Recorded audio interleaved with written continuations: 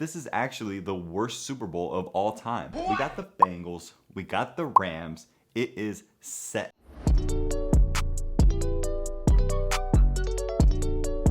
This is the first time that none of the top 3 seeds in either the AFC or the NFC were in the Super Bowl. So technically, these are the 2 lowest seeds to ever play against each other, that kind of combination. So that's nuts. I think we can all agree this has been one of the most ridiculous, crazy playoffs I've ever seen. It's not even close, really. If we didn't have kind of a dud with the wild card round, I think this would be, it has to be one of the greatest. Championship weekend, fire, game after game, coming down to the wire. You had the divisional weekend, fire, game after game, coming down to the wire. Both teams had to come from big deficits. The Rams coming back huge against the 49ers. And then you had the Bengals coming back. It was tied for the biggest comeback lead in a championship game ever. So that was huge. Nobody saw that coming.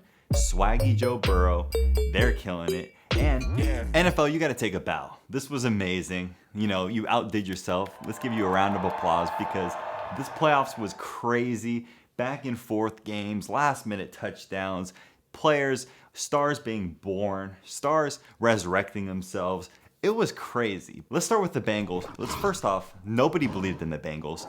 Before the season started, they were 75-1 odds to make it to the Super Bowl, to win the AFC, 75-1. To give you a little perspective on that, the Jaguars were 60-1. So they had worse chances than the Jaguars to make it to the Super Bowl, and they did it. That means if you bet $100, you'd win $7,500. If you bet $1,000, you'd win $75,000. For them just getting to this point, that's not even winning the Super Bowl. This team was doubted from the very beginning. You had Joe Burrow coming off the huge injury. You had Jamar Chase unable to catch a football. This team came together. They came back on the Chiefs, okay? When this game started, I thought it was over from the beginning. It looked like Patrick Mahomes was just doing Patrick Mahomes things. He was throwing them left. He was throwing them right. He was throwing them all over the place. Patrick Mahomes was balling out. He was just throwing the ball. We were about to see his brother just dancing. He was just be Instagram dancing. We thought that was going to be what was going to happen because the game was looking bad. Text messages around the world saying, oh no, a sleeper, a snoozer. What happens? The Chiefs stall out right before the half. They're unable to score that touchdown. And from that point on, I knew, okay, if this game becomes close, we're going to be looking at this play as the reason it became close. And that's exactly what happened. Patrick Mahomes all of a sudden stalled out. He wasn't playing nearly as well. It was like 2 different quarterbacks. I've never seen a guy like play that well in the first half and completely choke away the second half. He had 2 interceptions. And the Bengals started doing something different on him. They actually put 8 back, so they were only rushing 3. They would drop 8 back, and it seemed to confuse Patrick Mahomes. That half was the worst I've seen him play since he was playing against the Buccaneers in the Super Bowl. So he's had a couple times where he hasn't looked great. But man, at least against the Bucs, he was running for his life. This game, he was running as well, but you got to be able to tear up the Bengals. The defense is not the strength. It's Joe Burrow. But man, did the Bengals come to play. And Joe Burrow, he's just running around. This guy is smooth like butter. I feel like BTS needs another member in the band. He already dresses like a pop star. This is his chance right here. This dude's just shooting left, scooting right. He was evading everybody out of the pocket. It was crazy. Jamar Chase torching people left and right. They're built for the future, but you know what? They might be built for now too because they came back on the Chiefs. And I had the Chiefs winning the Super Bowl. After the last couple weeks of the playoffs, I thought the Chiefs were the team to beat. Now, I don't know. Those Bengals are smooth. Look at this video over here. The dad is a Chiefs fan. The kids rocked out on all Joe Burrow. I mean, look how his reaction is. That's how all Chiefs fans were feeling after this game. But of course, to get that Super Bowl, he's going to have to get through the Los Angeles Rams. Now, this team, talk about a roller coaster ride. I gotta say, at the end of the game, it looked like Sean McVay was almost trying to throw the game away in a sense of just getting rid of all his timeouts. He was challenging every play. I mean, I wouldn't have been surprised if he challenged whether ketchup should be on hot dogs or whether you should drink coffee iced or hot. I'm an iced coffee guy, but you get what I'm saying. Like, he was just throwing those challenge flags left and right.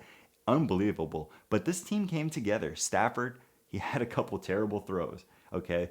That pick at the end of the game to Tart on the 49ers, he was just sailing the ball out for literally no reason on first down. Like, what are you doing? And the key but is he came in clutch when he needed to, and he made the plays on third down that he needed to make.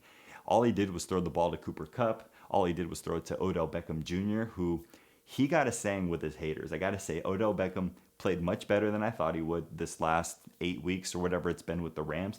He's looked like a completely different receiver. Now, I'm not going to leave him off the hook completely for what happened in Cleveland because I understand a bad situation, but I also think he did contribute to that bad situation. So I'm not going to say that it was all Cleveland's fault, but he's happy in LA.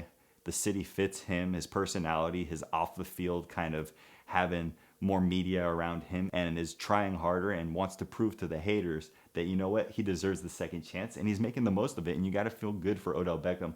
Unless you're a Browns fan, then you could feel salty because it always seems like the Browns are getting the short end of the stick. And then you got to give some respect to the defense. Aaron Donald, run defense, was balling out the whole time. They had some issues with the passing game, but if you can stop the 49ers run game, you can win the game, and that's exactly what the Rams did. There was a speech at the end of the game where Aaron Donald's kind of yelling at all his teammates. From that point on, at the end of the game, the 49ers got a total of 0 yards. 0. Zilch. Nada. Nothing. Nunya. 0. Zip. That was it. Aaron Donald kind of talked them in. And then you got to talk about Jalen Ramsey. He had a good game, but man, oh man, did he drop 2 big interceptions. I'm telling you, those could have been game-changing plays. If they would have lost this game, Ramsey would have been looking at himself like, that's on me. That's on me. That's what they say. Hey, my bad. That's me. But you know what? They won the game. They came through. It doesn't matter. The Rams are all in. They're the most all-in team we've seen in a long time. All their first-round picks, all the old roster guys. We got to give a little respect to my guy, Eric Weddle. This guy came off from playing basketball games at the park, rec league games, to an NFL starter and contributing and making some huge tackles in this game, okay? Like, I play rec league basketball. I'm not stepping into no NFL game. I don't care if I never played.